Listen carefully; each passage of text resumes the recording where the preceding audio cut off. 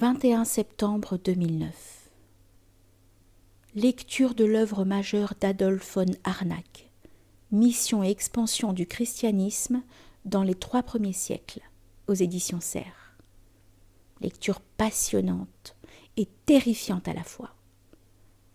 Passionnante en ce que l'historien allemand nous donne à voir comment et pourquoi le christianisme a réussi à devenir la religion de l'Empire romain. Terrifiante parce que les causes historiques qui ont facilité la propagation de la religion chrétienne se retrouvent réunies aujourd'hui pour conspirer à son extinction. Parmi les causes, chez Harnack, elles sont au nombre de 9. J'en retiendrai 3, la 4e, la 5e, la 8e, qui ont en commun d'être politiques.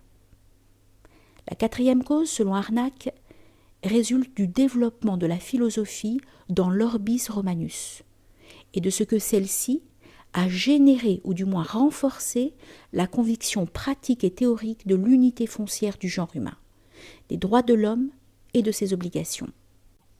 Ce que l'Empire a produit de plus grand et de plus durable, le droit romain, l'Église n'a pas eu à le récuser sur des points essentiels, mais l'a au contraire approuvé. Renan le confirme dans Les Apôtres, quand il écrit « L'unité de l'Empire était la condition préalable de tout grand prosélytisme religieux, se mettant au-dessus des nationalités. » L'Empire le sentit bien au IVe siècle. Il devint chrétien. Il vit que le christianisme était la religion qui l'avait fait sans le savoir. L'Église de son côté se fit toute romaine et est restée jusqu'à nos jours comme un débris de l'Empire. Et Renan de conclure « On eût dit à Paul que Claude était son premier coopérateur. On eût dit à Claude que ce juif qui part d'Antioche va fonder la plus solide partie de l'édifice impérial. On les eût tout étonnés l'un et l'autre. On eût dit vrai cependant. » La 5e cause découle de la décomposition et de la démocratisation de l'ancienne société. Adolf von Harnack désigne ainsi la mise à égalité progressive des cives Romani et des habitants des provinces, des Grecs et des barbares, la mise à égalité des classes, l'élévation du niveau de la condition d'esclave, pour ne rien dire de la décomposition des forces militaires. Grosso modo, Caracalla, en accordant les droits civiques romains à tous les habitants des provinces, les a abolis. Enfin, la 8e cause tient à ceci. L'Empire, à l'époque d'Adrien et d'Antonin, le Pieux notamment, est pénétré par des religions venues d'Asie mineure, de Syrie, de Perse et d'Égypte. Il ne faut pas être grand clerc pour rapporter ces 3 causes au jour d'aujourd'hui et voir que l'enseignement dispensé un peu partout prône l'unité du genre humain, tout en effaçant du mieux possible les particularités historiques, culturelles des peuples et en élevant les droits de l'homme au rang d'une religion universelle, capable de détrôner le christianisme. Au point où on en est, la désagrégation du christianisme dans le monde, on pourrait penser qu'il s'agit là de combats d'arrière-garde. Rien ne serait plus faux. Ce n'est pas parce que la pensée religieuse a déserté le champ politique qu'elle ne reste pas essentielle.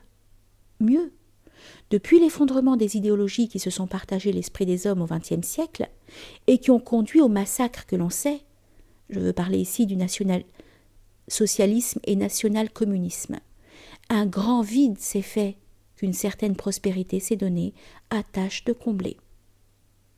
Avec la grande crise financière que nous traversons en ce moment, on voit les limites du leurre. À cet égard, il est à noter que les crises économiques, technologiques, financières se multiplient depuis la chute de l'Empire soviétique. À croire que le capitalisme international se conduisait mieux devant la crainte que représentait à ses yeux le communisme. Cela dit, le réveil de l'islam, sa présence dans les pays de tradition chrétienne, qu'ils soient ou non laïques, pose d'une nouvelle façon la question religieuse. Non pas en termes d'institution, mais en termes d'exigence de vie. Cette nouvelle interrogation, en effet, intéresse l'homme en son particulier, même si elle interpelle la hiérarchie religieuse. Les idéologies ont motivé les hommes avec des slogans simples et souvent primaires. De là, leur côté meurtrier. La race, la nation, la force, 3 mots qui prévalaient sous Adolf Hitler et qui s'étaient emparés du cœur allemand à la suite des humiliations du traité de Versailles.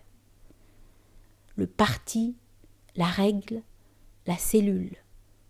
3 mots qui, en Russie, allaient se substituer à la religion orthodoxe en lui empruntant son propre vocabulaire et qui, masquant l'impérialisme qui découlerait de la révolution d'octobre, entraînerait vers la mort une grande centaine de millions d'hommes. D'un côté comme de l'autre, l'orgueil, souverain maître d'Hitler et de Staline, pour ne citer que ces deux-là. Orgueil d'Hitler, soucieux d'édifier un empire de 1000 ans, fondé sur la race aryenne, seul capable de l'emporter sur la race juive. Orgueil de Staline, disciple zélé de Robespierre, c'est lui-même qui l'a avoué par ces mots, en disant « Si Robespierre n'avait pas instauré la terreur, jamais je n'aurais osé faire ce que j'ai fait. » Ce Staline qui voudra, à l'exemple de son modèle, donner naissance au forceps à un homme nouveau. Ne nous y trompons pas.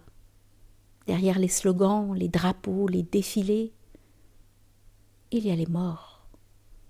Tous ces morts, ceux des camps de concentration, ceux des batailles, ceux du goulag.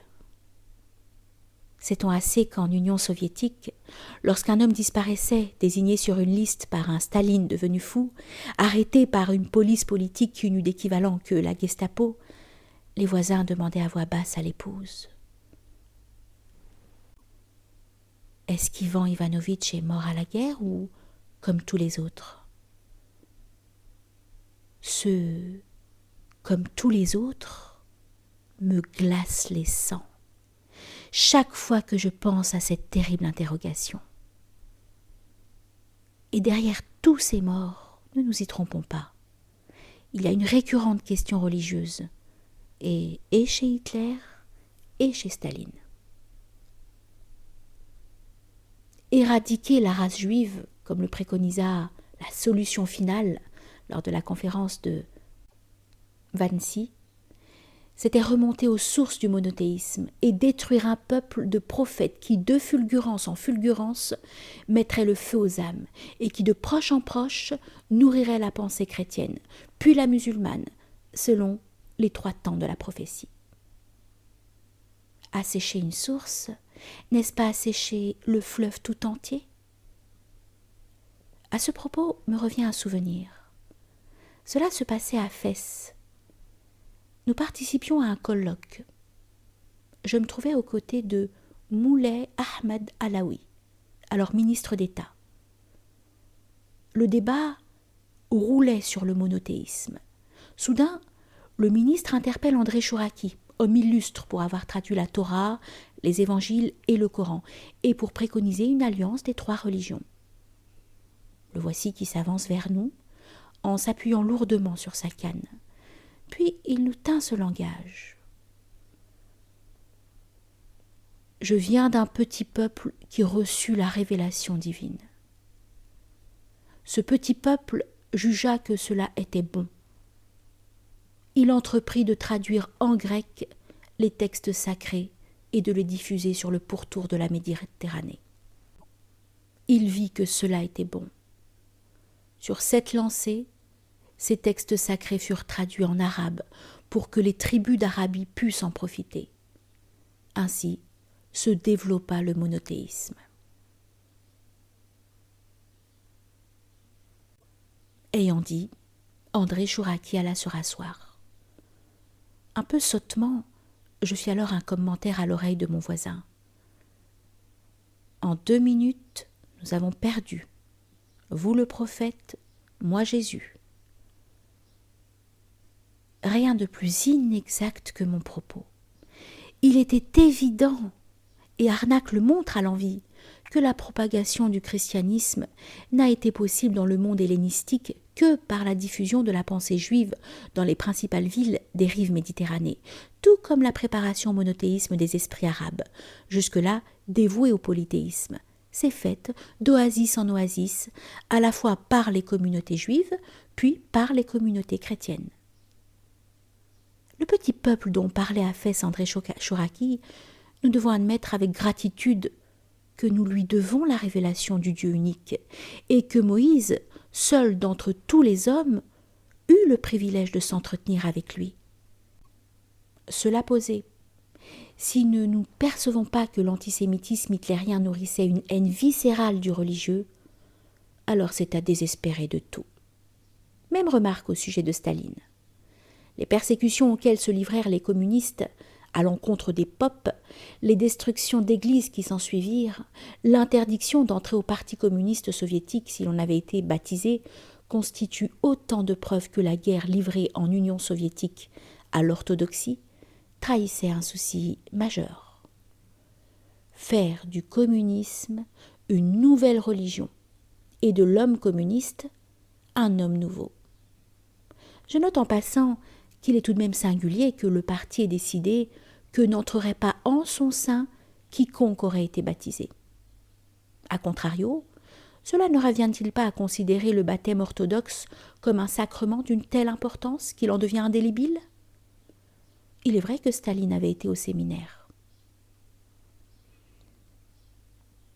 On se condamnerait à ne rien comprendre à l'homme en général, et au XXe siècle en particulier, si l'on ne voyait pas que toute action politique révolutionnaire repose sur un vieux fond religieux. La Révolution française en est un illustre et tragique exemple qui, non contente de détruire des monastères, des églises, des trésors, a poursuivi des prêtres, chassé des religieux, interdisant qu'on sonne les cloches de 1789 à 1799. La fête de la raison, élevée au rang de déesse en 1790, montre assez, me semble-t-il, la nécessité de falsifier, d'éradiquer, de détruire ce qui procède du religieux, au profit d'un substitut conçu par le seul orgueil. Au vrai, l'homme nouveau tant prôné par les idéologies, c'est au sein de la révélation mosaïque, chrétienne, musulmane, qu'il se façonne. Longue et difficile naissance, génération après génération, sans cesse remise en question, sans cesse à recommencer. Nous avons désormais assez de recul pour voir que, loin de Dieu, l'homme retourne à l'état d'humanoïde, et que les idéologies l'ont fabriqué avec la peur de la police politique, de la dénonciation et de la déportation. Au forceps donc.